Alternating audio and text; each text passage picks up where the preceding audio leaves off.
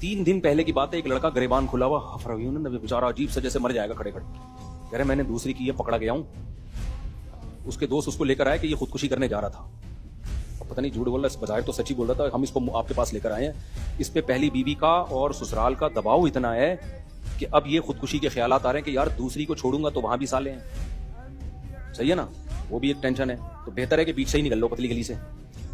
मैंने उसको समझाया, ये सब दूसरी शादी वालों को और सब लोगों को मैं उसूल समझा रहा हूं। मैंने उसको कहा, अच्छा मैंने पता है क्या किया, मैंने कहा भाई तू दोनों के हुकूक अदा कर रहा है ना? कह रहे हाँ। मैंने कहा जुल्म तो नहीं कर रहा ना किसी एक के साथ, दूसरी की वजह से पहली या पहली की वजह से दूसरी पर? कह रहे नहीं, मेरा कोई ऐसा इरादा नहीं। मैंने कहा मसला कोई नहीं है, अब तू गरेबान खोल। मैंने गरेबान खोला, वैसे तो उसका पहले से ही खोला हुआ था, गर्मी से खोला हुआ था। मैंने कहा बदमाशी से खोल, गरेबान खोल, और स्टाइल समझाया उसका। गरेबान फिर मैंने ना पकड़ा, ऐसे घुमाया, मस्जिद से बाहर लेकर। मैंने कहा तुझे गालियां सिखानी है मस्जिद में मुनासिब?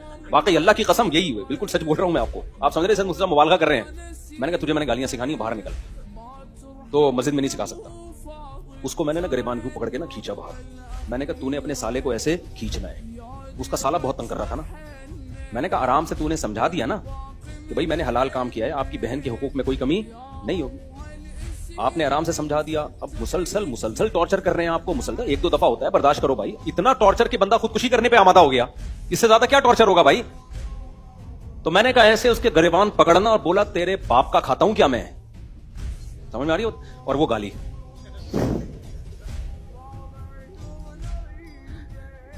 वो वाली गाली बीच में क्या कर दी, फिट कर। मैंने कहा ये दुनिया ऐसी नहीं है कि तुम मीठे बनोगे तो वो, ये जो कमजोर होता है ना दुनिया उस पे हावी आती है। मैंने कहा खुदा के बंदे, तू जब अपना कमान सालों के टुकड़ों पे पल रहा होता, फिर तूने करनी नहीं चाहिए थी दूसरी। फिर तो करनी नहीं चाहिए थी ना, अपने खर्चे पे होती है, अब्बा के खर्चे पे थोड़ी होती है ना, सालों के खर्चे पे होती है। जब तू अपना कमा रहा है तो तू क्यों डर रहा है भाई? बोला भाई रहना रहो, नहीं रहना तो ठीक है, जाओ अपने घर लाइफ को एंजॉय करो। तो मैंने कहा आपके इस सिचुएशन में तो तीसरी के ख्यालात आते हैं, आपको खुदकुशी के आ रहे हैं। इस सिचुएशन में मैंने कहा इंसान को तीसरी के आना शुरू हो जाते हैं। बदनाम तो होना था, अब वो हो गया।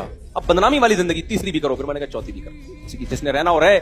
मैंने कहा अपनी तरफ से जुल्म ज्यादती नहीं करनी है, अपनी तरफ से बीवियों के हुकूक पूरे अदा करने हैं, बारी देनी है, सारा अपना। क्योंकि जब आप खुद गलत होते हैं ना, फिर आप में कॉन्फिडेंस भी, खुद चोरी नहीं करनी। आप दोनों को मोहब्बत दो, थोड़ी बहुत ऊंच नीच हर घर में होती है, बर्दाश्त करो।